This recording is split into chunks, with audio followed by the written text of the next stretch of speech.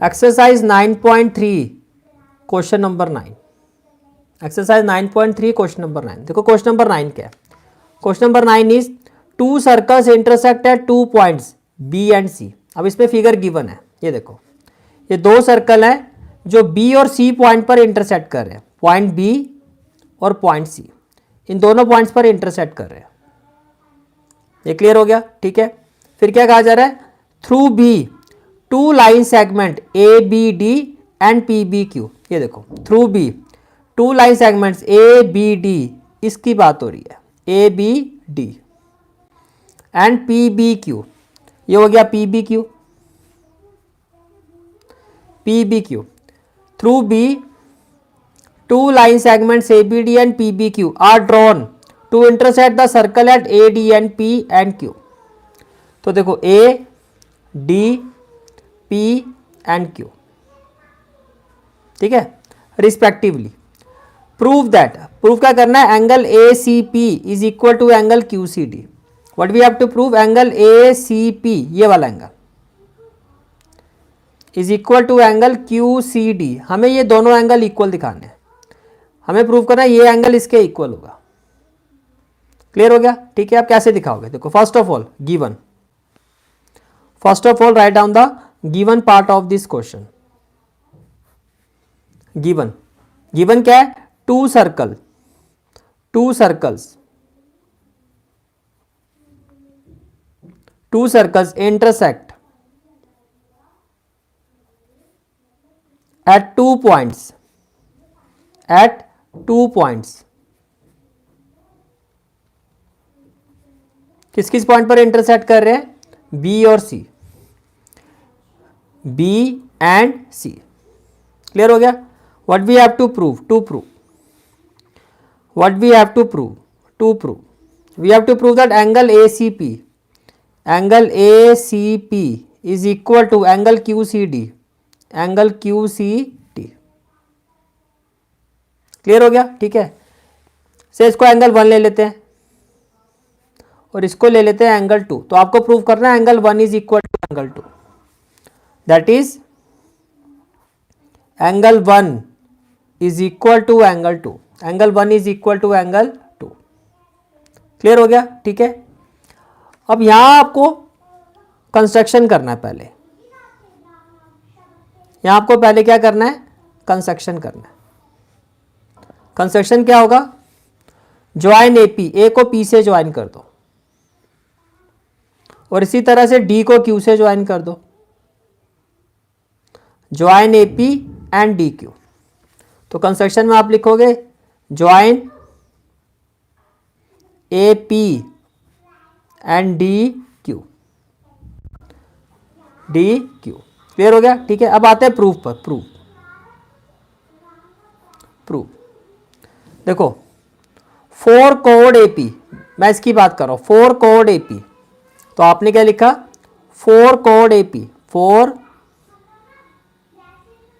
Code AP, 4 कोड AP. Can I say that, देखो ये एंगल 1 है, ये जो एंगल 1 है इसका बेस क्या है, ए और पी, यानी कि इसका जो बेस है वो ए पी है।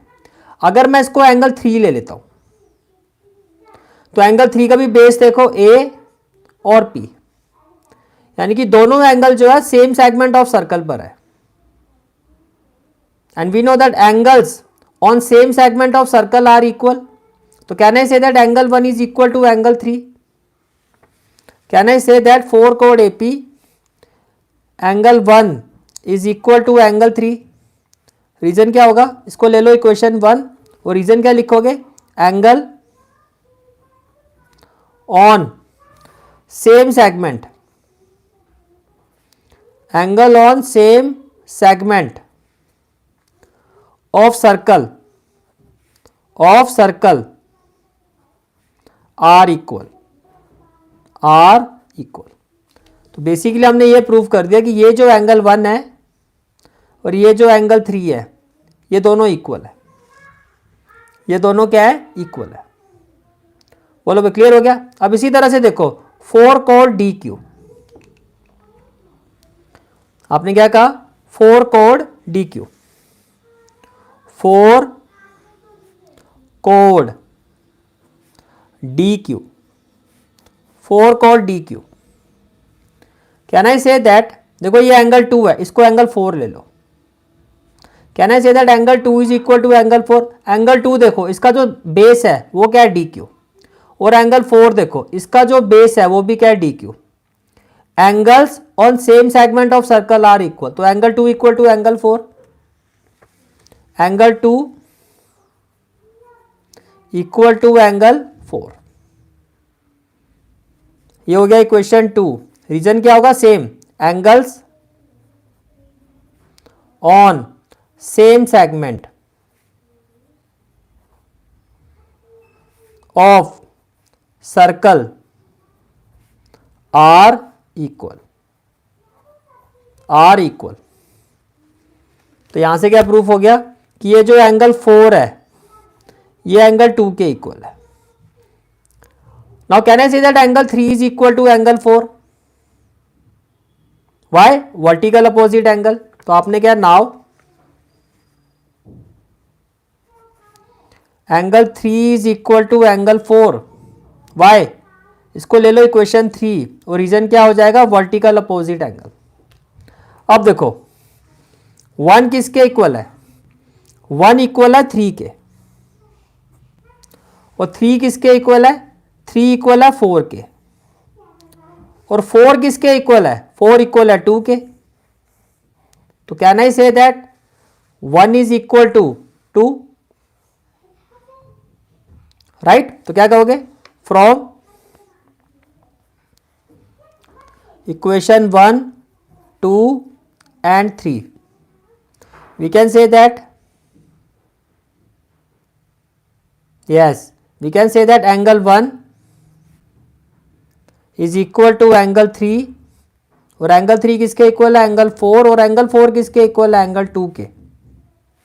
which implies angle 1 is equal to angle 2, which implies angle 1 is equal to angle 2. Hence proved. And this is the final analysis of question number 9. Is it clear?